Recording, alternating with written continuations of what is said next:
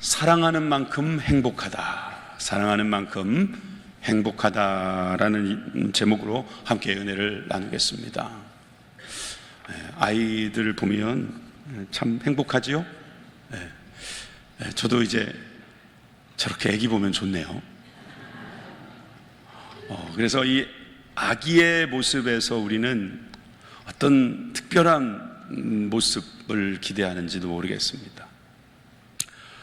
여러분, 제가 지금부터 보여드리는 이 물질의 공통점을 한번 찾아보시겠습니까? 도파민, 세로토닌, 엔도르핀, 옥시토신, 페닐 에틸아민, 바소프레신. 공통점이 무엇일까요? 오늘 제목도 나왔고 맥락을 보아 사랑과 관계가 있어 보이죠? 사랑하면 우리 몸에서 나오는 호르몬이랍니다. 이것이 뿜어져 나와서 행복을 느끼는지도 모르겠습니다. 그 감정, 그 느낌, 이런 어떤 호르몬 작용이라고 말하기도 하겠지만 그걸 그렇게만 치부하기는 부족합니다. 왜냐하면 우리는 사랑을 좋아하기 때문입니다. 사랑하면 우리에게 참 좋습니다. 사랑한다는 것은 우리들에게 행복을 이야기하는 것입니다. 그러니 오늘 이 제목에 있어서 어떤 반기를 들 사람은 없을 겁니다. 사랑하는 만큼 더 행복해지지요. 그래서 우리는 더 사랑하고 싶고 그 사랑으로 말미암아 우리는 더 행복해지는지도 모르겠습니다. 그러나 한편에 이런 분들도 있습니다. 사랑 좋지요. 그런데 여러분, 저는 이 사랑 좋은데, 확실히 좋은데 글쎄요라고 하는 분들에게 오늘 말씀을 먼저 나누고자 합니다. 첫 번째가 그래서 저렇게 나온 거예요. 언제 나가야 될지 몰라서 기다리고 있었나 봐요. 사랑 좋지요. 그런데 여러분들은 사랑을 좋아하십니다. 그런데 사랑을 부담스러워 하기도 하십니다. 왜냐하면 이런 말씀도 하시거든요. 사랑하면 나만 힘들어요. 내가 사랑했더니 나만 힘들더라고요. 혼자만 애쓰고요. 혼자만 그냥 고생하는 것 같아요. 내가 사랑하는지 저 사람이 모릅니다. 알아주지도 않습니다. 나만 힘들어요. 이 짝사랑이 이제 지긋지긋합니다. 이런 분들도 있을 겁니다. 또 어떤 분은 나는 사랑을 많이 받지 못했다고 말하는 분도 있을 수 있습니다. 나는 조부모님에게 사랑을 많이 받지 못했어요. 나는 어린 시절에 부모님에게 사랑을 많이 받지 못했어요. 혹시 여러분들 중에서 이런 경험이 있었다면 제가 아픈 데를 건드려서 죄송합니다. 나는 사랑을 많이 받지 못해서, 그래서 사랑도 받아본 사람이 한다고 그러더니 꼭 바로 제 모습인지도 모르겠습니다. 그렇게까지 말하는 분도 있을까요? 또 이런 분도 계실 수 있습니다. 사랑해도 더 나아지지 않아요. 그러니까 내가 사랑했으면 뭔가 개선되는 게 있어야 되겠죠. 사랑하면 그만큼 보답과 그런 어떤 결과가 나와야 되지 않을까요? 그런데 아무리 사랑을 퍼부어도 결과는 똑같거나 아니면 더 못합니다. 그 사랑 좋다는데 왜 이렇게 해도 힘들기만 하고 나아지는 게 없습니까? 사랑 그거 참 힘든 일입니다 라고 말씀하시는 분들이 계실지 모르겠습니다. 사랑 좋지만, 사랑 그거 너무 하고 싶지만 사랑은 나에게 있어서 너무나 힘든, 마치 십자가와 같다, 그렇게 생각하신다면 오늘 잘 오셨습니다. 여러분들이 생각하는 그 사랑, 그게 전부인지를 오늘 말씀을 통해서 한번 확인해 보시기를 바랍니다. 미국의 심리학 박사 중에, 그러니까 임상심리학을 전공하신 이 앨버트 앨리스라는 분이 이런 말을 했습니다. 인생이 힘드는 것은 난 성공해야 하고 누구나 내게 잘 대해 주어야 하고 세상은 반드시 살기 쉬워야 한다는 환상에 빠져 있기 때문이다. 말이 이렇게 번역되는 가운데 매끄럽지 않더라도 이해를 해 주십시오. 자, 인생이 힘들어지는 이유가 있다는 거예요.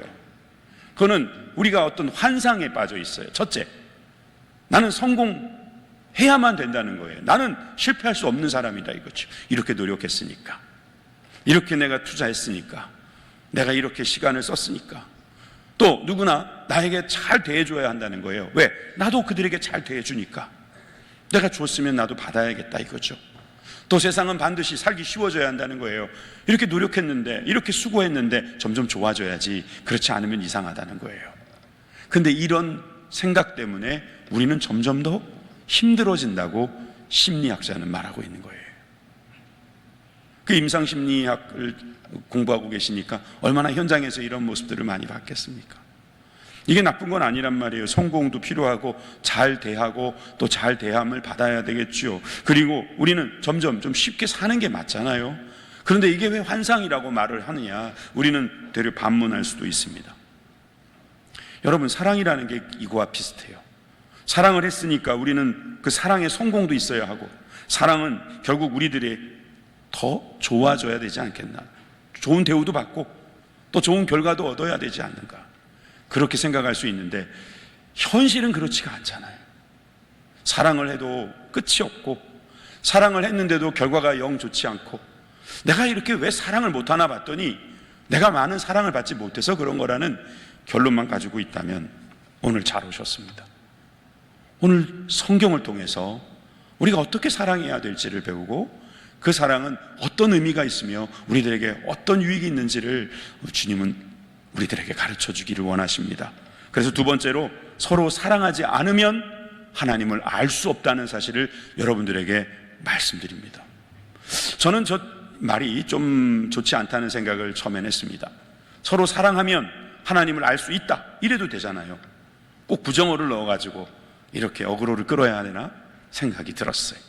여러분, 우리가 뭐 안 하면 무엇이 안 된다라고 하는 건 마치 좀 협박처럼 들리잖아요. 마치 그것은 우리들에게 꼭 해야 된다는 의무감으로 부담을 주잖아요. 그런데 여러분, 사랑이라는 것이 이렇게 의무감이나 그리고 강제성을 가지고 간다는 것은 너무 힘든 일이 아니겠습니까? 우리가 아는 사랑은 참 좋은 거 아닙니까? 마음을 몽글몽글하게 만들고, 행복하다는 것은 기쁨과 웃음과 그리고 우리들이 갖고 있는 모든 에너지와 자원들을 마음껏 쓸 수 있게 만드는 그런 뜨거움이 있는 것이 사랑인데, 그렇잖아요. 여러분, 사랑하면 5개의 언어가 나온다는 말이 있어요. 책의 이 제목도 이런 거예요. 5가지 사랑의 언어. 5가지 언어가 있대요.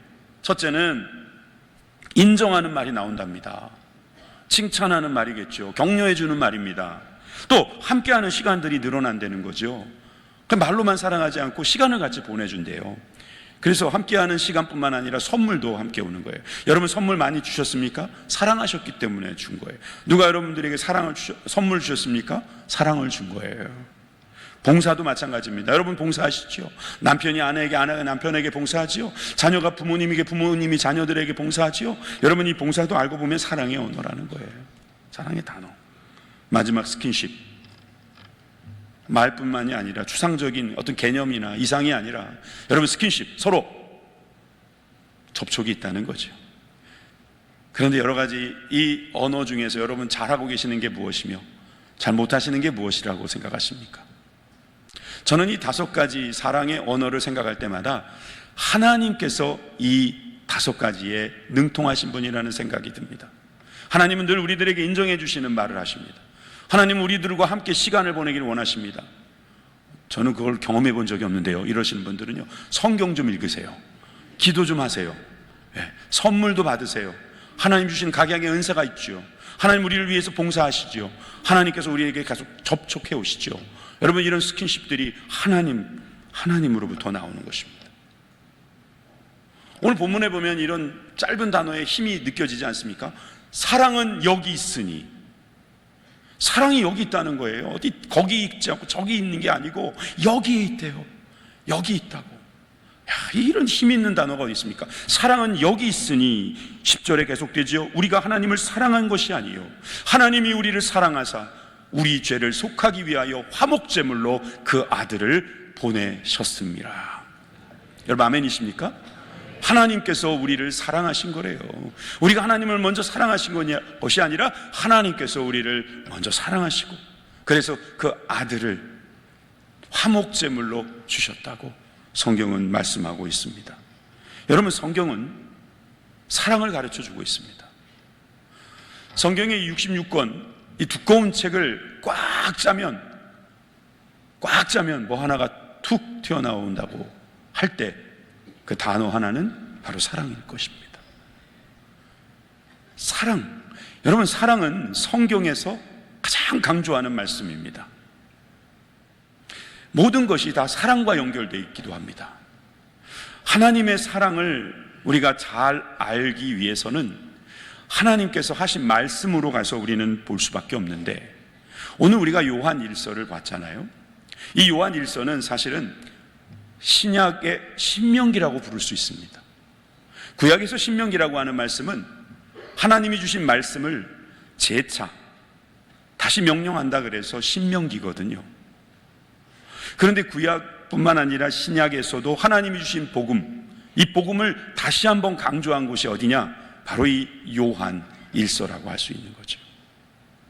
그러니 요한 1서에는 예수님이 하신 말씀을 수제자라 할 수 있는 제자, 사랑받는 제자라고 말할 수 있는, 베드로도 수제자지만 그 제자들 중에 하나인 요한이 예수님의 말씀을 잘 기억하였다가 기록한 엑기스라고 할 수 있습니다.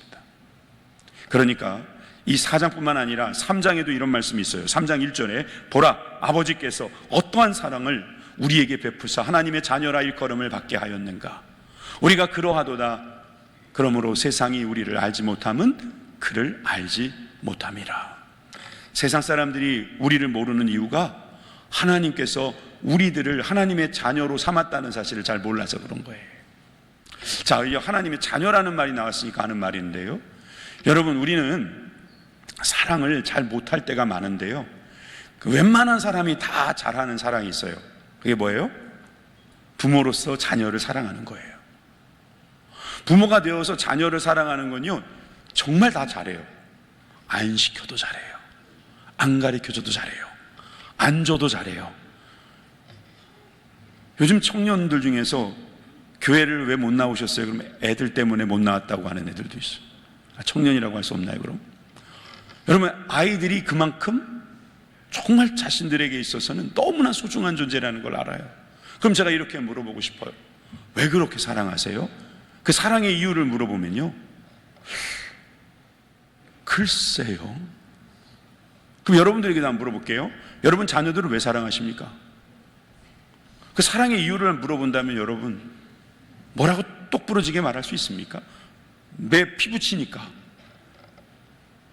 누군가는 그 이기적인 유전자가 있기 때문이라고 해가지고 자녀에게 자기 유전자가 넘어가서 그 유전자를 내가 사랑할 수밖에 없는 거라고 말을 하는데, 그렇게 말하는 사람은 사실 유물론자이기 때문에 사실상 사랑이라는 보이지 않는 것에 대해서는 인정하지 않는 사람들이거든요. 그럼에도 불구하고 사랑이라는 것을 어찌됐든 해석해 보려고 하는데, 여러분, 사랑의 이유를 우리가 말할 수 있을까요, 과연? 우리는 도리어 이런 데도 가능합니다. 사랑하지 못할 만 가지 이유는 자신 있습니다. 왜 내가 그를 사랑할 수 없는가에 대한 그 이유는 수만 가지를 들 수 있단 말이에요. 그런데 하나님은 우리를 사랑하신다는 거예요. 참 이게 이해가 되지도 않으면서 관심이 가는 이야기입니다. 우리는 사랑이 뭔지도 모르겠고 사랑의 자신도 없고 그저 그냥 호르몬에 의해서 잠깐 뜨겁게 사랑하고 그 다음부터는 좀 식어 있는 그런 사람들도 꽤나 많이 있는데, 어떻게 하나님은 이렇게 사랑한다고 우리들에게 말씀하실까? 오늘 본문 7절과 8절을 여러분들이 함께 읽으면서 그 이유를 찾기를 바랍니다. 함께 읽습니다. 시작. 사랑하는 자들아, 우리가 서로 사랑하자. 사랑은 하나님께 속한 것이니 사랑하는 자마다 하나님으로부터 나서 하나님을 알고 사랑하지 아니하는 자는 하나님을 알지 못하나니 이는 하나님은 사랑이심이라. 아멘. 보세요. 사랑하지 아니하는 자는 하나님을 알지 못한다고 했잖아요. 그런데 저 사랑은 무슨 사랑입니까? 7절에 보니까 서로 사랑해. 서로 사랑하라. 서로 사랑하자. 우리는 사랑할 때 하나님으로부터 나고 하나님을 알게 된다. 여러분, 그런 사랑이 있기를 바랍니다. 요한은 사랑의 사도라고도 부릅니다. 우레의 아들이라는 별명도 있었는데 이제는 예수님께 사랑을 받아서 그런지 사랑의 사도가 됐습니다. 그가 이 초대교회의 모습을 보니까 이 거짓 교사와 거짓 선생들로 가득하여 그들을 경계하라는 메시지를 몇 번씩 전했습니다. 그런데 이제는 사랑에 대하여 이야기를 시작합니다. 사랑이 없으니까 자꾸 멀어지는 거예요, 사람이. 사랑이 식으니까 점점 멀어져가지고 목소리가 안 들리는 거예요. 아무리 외쳐도 무슨 말 하는지 못 알아듣는 거예요. 그러니까 요한은 달려와서 말하는 거죠. 사랑합시다. 제발 사랑합시다. 제발 사랑합시다. 여러분, 이 사랑을 계속 강조하면서 이 강의하자는 게 아니에요. 그래서 이 들어보면은요, 그냥 서로 사랑하라고 계속 외치는 것 같은 느낌도 들어요. 사랑하라고. 사랑하지 않으면 우리는 이 거짓 교사나 이 마귀들의 괴계에 방어하느라고 정말 이 좋은 사랑을 놓칠 수 있으니 제발 사랑하자라고 말하고 있습니다. 사랑하는 것을 우리가 알 수 있는 것은, 우리가 사랑할 수 있는 것은 하나님께서 사랑이시기 때문이라는 거예요. 우리는 사랑할 수 없는 만 가지 이유를 갖고 있지만 하나님은 우리를 사랑하시는 수만 가지의 이유를 가지고 계십니다. 왜? 하나님은 사랑이시기 때문에. 하나님은 우리를 그저 사랑하신다가 아니라 사랑 그 자체라는 거예요. 하나님은 예수님에게 그 사랑을 가르쳐 주시고, 아니 우리들에게 가르쳐 주라고 이 땅에 보내주셨다는 거죠. 여러분, 그 사랑을 받으시면 우리는 하나님을 더욱 알게 될 것입니다. 그래서 여러분 4장 16절에도 보니까 하나님이 우리를 사랑하시는 사랑을 우리가 알고 믿었노니 하나님은 사랑이시라 그랬어요. 하나님이 우리를 사랑하시는 사랑을 알았다. 그러니까 알게 된 결론은 뭐냐? 하나님은 사랑이시다.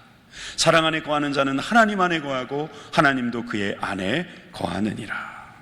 사랑하면 서로와 서로를 서로 교차하고 서로 품고 서로 함께하는 놀라운 축복이 있다. 여러분, 하나님은 사랑이시기 때문에, 하나님은 우리를 사랑하시는 분이시기 때문에, 아니 하나님은 그 사랑 자체이기 때문에 우리는 그 사랑을 받을 수 있다는 것이죠. 우리가 사랑의 주도권을 쥐고 있는 게 아닙니다. 주도권은 우리들이 사랑할 수 있다는 전제하에서 우리가 쓸 수 있는 것인데, 우리는 사랑하지 못할 이유는 많이 있지만 사랑해야 될 이유는 그냥 손가락으로 몇 번 꼽다가 그거조차도 그가 나를 사랑하지 않으면 나도 사랑 못해 라고 하는 수준이거든요. 그런데 주님은 어떤 분이십니까? 우리를 창조하시고 복을 주셨어요. 만물에 풍성하라고, 충만하라고, 번성하라고 주님께서 그 축복을 주셨단 말이에요. 복을 주셨단 말이에요. 우리가 죄를 지었는데도 복을 빌어주시는 거예요. 그게 원복음이잖아요.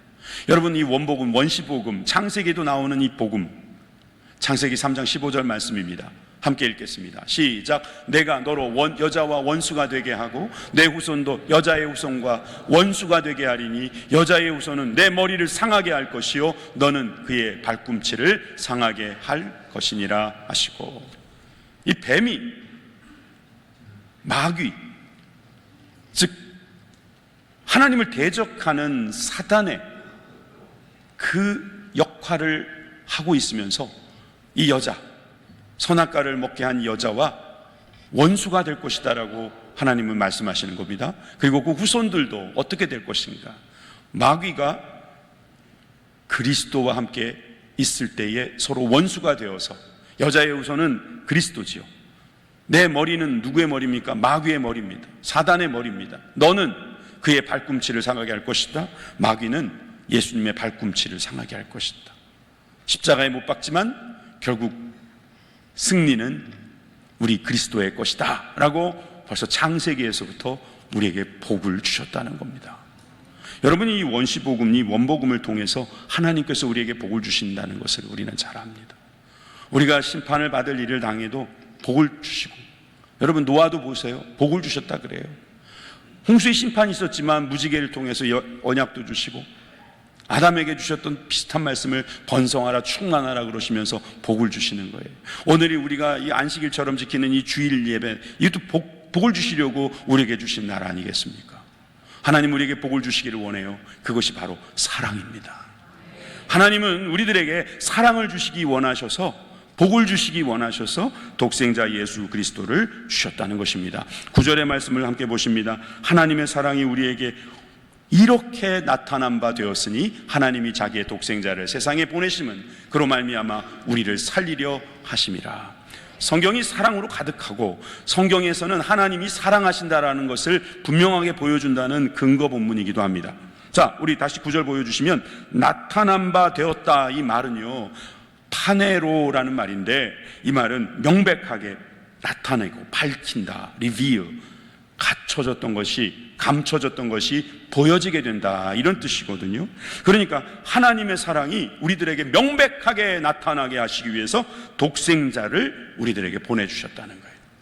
위에서 보시면서 그냥 사랑한다고 말씀만 하시는 것이 아니라 내려오셔서 그 사랑의 5가지 언어를 다 보여주셨다, 뭐 그렇게 말해도 될 것 같습니다. 하나님께서 그 독생자를 아끼지 않고 주신 이야기는 사실 창세기로 올라가도 좋습니다. 창세기 22장 12절에 보니까 아브라함이 자기 아들, 100세에 얻은 아들 이삭을 번제단에 올려놓고 죽이려 할 때 사자가 이릅니다. 그 아이에게 내 손을 대지 말라, 그에게 아무 일도 하지 말라, 네가 네 아들 네 독자까지도 내게 아끼지 아니하였으니 내가 이제야 네가 하나님을 경외하는 줄을 아노라. 독자, 그 아들 하나밖에 없는, 이거 없으면 끝이라고 생각할 수 있는 그 독자까지도 아끼지 않는 것은 사랑이었다라고 인정하시고, 하나님도 직접 자기의 아들을 우리들에게 아끼지 않고 내주신 것입니다. 여러분, 그것이 바로 하나님의 사랑이에요. 사랑 그 자체이신 하나님의 사랑을 우리가 알아야 된다면, 여러분, 그 사랑을 아는 순간부터 우리는 서로 사랑할 수 있게 되는 것이죠. 서로 사랑하지 않는다는 것은 그 하나님의 사랑을 우리가 몰랐다고 하는 변명밖에는 할 말이 없을 것입니다. 성경은 그 사랑을 계속해서 우리들에게 강조하시고, 그 사랑을 알라고 말씀하시고, 그 사랑을 우리들에게 가르쳐 주고 계십니다. 그래서 세 번째로, 서로 사랑하면 우리는 더 행복해진다는 사실을 우리는 기억해야 할 것입니다. 여러분, 우리가 서로 사랑한다는 것은 결국 우리를 행복하게 만들어 주는 거예요. 왜? 하나님을 더 아니까. 하나님을 알면 행복해져요. 우리가 누군가를 알 때 더 행복해지잖아요. 너무너무 좋잖아요. 알아가는 기쁨이 있잖아요. 근데 하나님이십니다. 다른 분도 아니고 하나님을 우리가 알아간다. 너무 기쁘니까 이건 행복이 될 수 있어요. 그런데 여기에서 말하는 또 다른 행복이 있다면 그것은 무엇일까? 여러분, 에브라함 링컨이 이런 말을 했습니다. 대부분의 사람은 마음먹은 만큼 행복하답니다. 이 정치인이 결국 행복을 추구했던 겁니다. 우울증에도 시달리고 아내와 사이도 좋지 않았다는 설도 있었습니다만, 그는 행복하기를 원했습니다. 그래서 행복하려는 마음을 먹었어요. 그래서 행복해졌다는 것을 알고 사람들에게 말합니다. 대부분의 사람은 마음먹은 만큼 행복해집니다. 여러분들은 행복해지고 싶은 마음이 있습니까? 행복하고 싶은 마음을 먹어보십니까? 여러분, 저는 이 말도 근거는 있다고 보고 일리도 있다고 봅니다. 자, 그런데 여기에 머물지 못하는 이유는, 여러분, 마음 먹는 게 그게 쉽지가 않아요. 작심삼일이라는 말도 있고요. 여러분, 우리가 마음을 먹었어도 우리를 넘어뜨리는 여러 가지 일들이 있고, 또 우리가 붙들고 갈 만한 확실한 것이 없을 때가 많아요. 그러니까 지금 이렇게 마음만 먹어서는 안 돼요. 정말 근거가 있어야 돼요. 기준이 있어야 돼요. 거기에 대한 분명한 우리들의 목적의식이 있어야 될 것입니다. 요한일서 4장 11절 여러분들이 함께 읽어보십시오. 시작.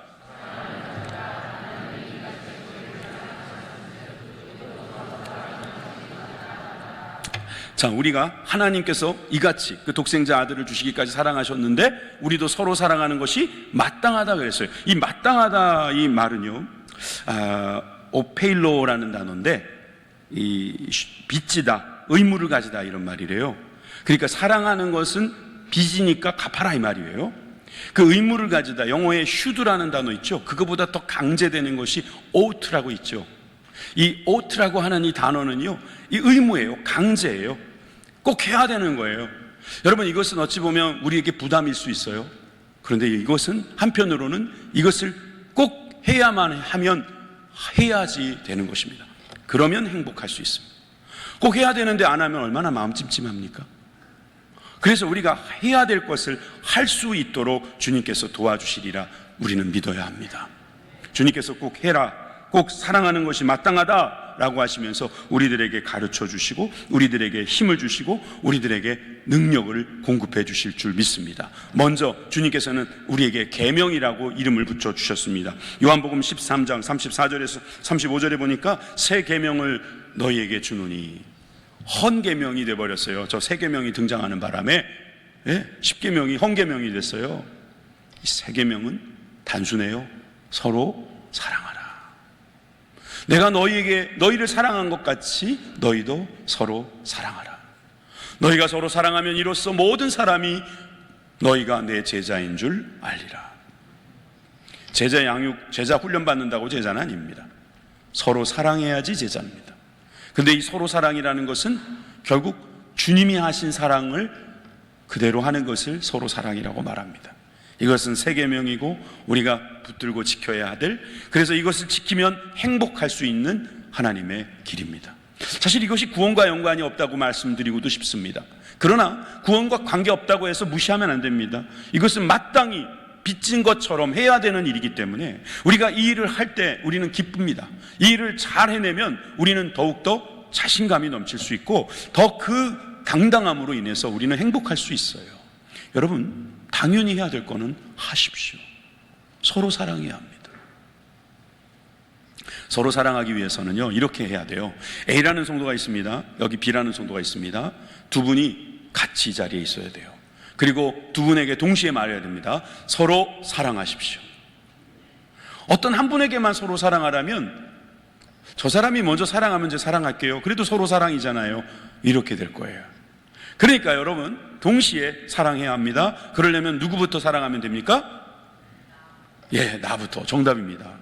뭐 드리고 싶을 정도입니다. 제가 받은 세뱃돈 다 드리고 싶어요. 제가 하고 싶은 말, 나부터 시작하면 돼요. 나부터 시작하는 게 서로 사랑이에요. 따라해 보세요. 서로 사랑은 나부터 사랑하라는 말씀이다. 나부터 안 하면 아무도 안 해요. 아무도 사랑할 수 없어요. 지난 명절 때 여러 일들이 있었습니다. 참 사고도 있었고 또 우리 교회 안에서도 좀 힘든 일들이 있었는데 성도님들이 명절임에도 불구하고 매일 같이 가서 조문하시고 그렇게 위로하시고 그러는 모습을 보고 제가 감동을 받았습니다. 이게 형제의 사랑이구나. 이게 교회 안에서 말하는 서로 사랑이구나.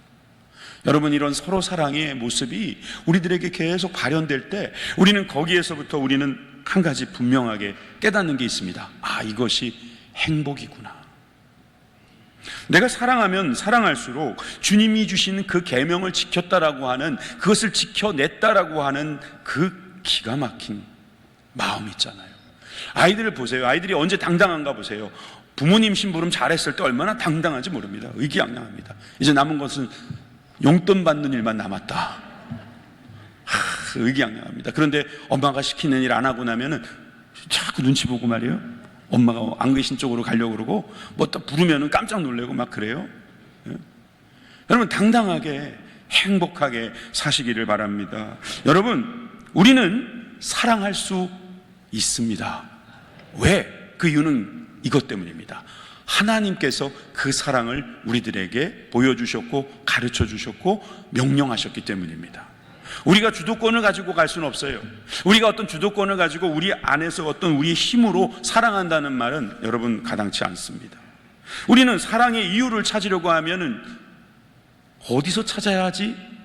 심지어 부모의 사랑도 설명하기 어려운 우리들이, 사실상 수만 가지의 사랑하지 않을 이유만 열거할 수 있는 우리들이 어떻게 갑자기 사랑할 수 있느냐? 이 주도권이 주님께로 넘어갔을 때 가능한 거예요.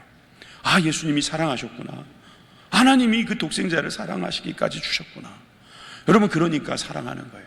여러분, 우리가 하나님께 감사하고 예수님께 감사하는 마음이 있을 때 하나님, 내가 어떻게 갚을까요? 하나님, 그렇게 참 감사한데 내가 어떻게 갚을까요? 그러면 주님이 뭐라고 말씀하시는 거예요? 나한테 안 갚아도 돼. 서로 사랑해. 서로 사랑해. 여러분, 이 사랑이 바로 주님께서 우리들에게 요구하시고 우리들에게 약속하시고 우리들에게 함께 해주시는 명령이자 우리들에게 축복인 줄 믿습니다.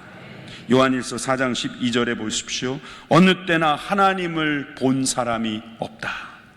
맞아요. 지금도 볼 수 있는 사람은 없어요. 자, 그런데 뭔가 볼 수 있는 방법이 있는 것처럼 말하려고 말하는 것 같지요?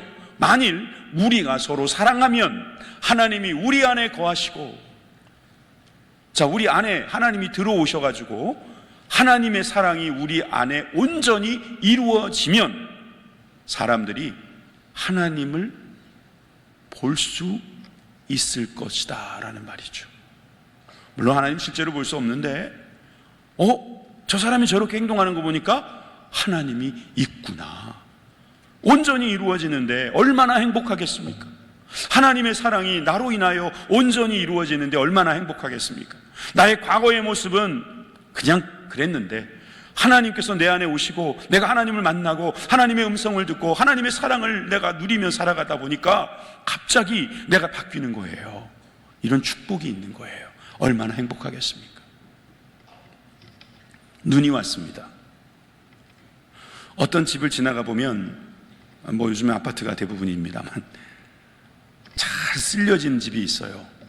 또 어떤 상가나 어떤 아파트를 가보면 눈이 그냥 그대로 쌓여 있는 데가 있어요. 저는 그렇게 생각합니다. 이 집은 사랑하는 사람이 별로 없구나. 누가 하겠지. 이거 내가 해야 돼. 경비가 하면 되지. 왜 내가 해? 그러고 아무도 안 치우는 거예요. 그러면 계속 거기서 넘어지고 자빠지고 코피 나는 겁니다. 지나가다가 휴지가 떨어졌는데 줍습니다. 여러분, 그 사람은요, 나라를 사랑하는 사람이에요. 나가서 구호 외치고 좋아요, 여러분 수고하는 건 내가 알아요. 그런데 여러분, 진짜 나라를 사랑하는 사람은 정말 가까운 데서부터 사랑할 수 있는 사람 아니겠습니까? 누가 교회를 사랑하는지 저는 바로 알 수 있습니다. 휴지 하나 버리면 됩니다. 그리고 그걸 누가 줬는지 보면 되죠. 그 사람은 분명히 교회를 사랑하는 사람입니다. 여러분, 우리는 이렇게 하나님을 사랑할 수 있는 방법을 가지고 있습니다. 성령님께서 우리 가운데 오셔서 하시는 일도 바로 그와 같습니다. 요한일서 4장 13절에 그의 성령을 우리에게 주셨으므로 우리가 그 안에 거하고 그가 우리 안에 거하시는 줄을 아느니라. 우리가 알게 되는 이유는 바로 성령님 때문이라는 거예요. 근데 그 성령님께서 주님인 내 안에, 내가 주님 안에 거하시는 것을 알게 해주셨다. 여러분, 이 말씀은 마치 포도나무의 비유 같지요? 요한복음 15장 5절에 포도나무요, 너희는 가지다.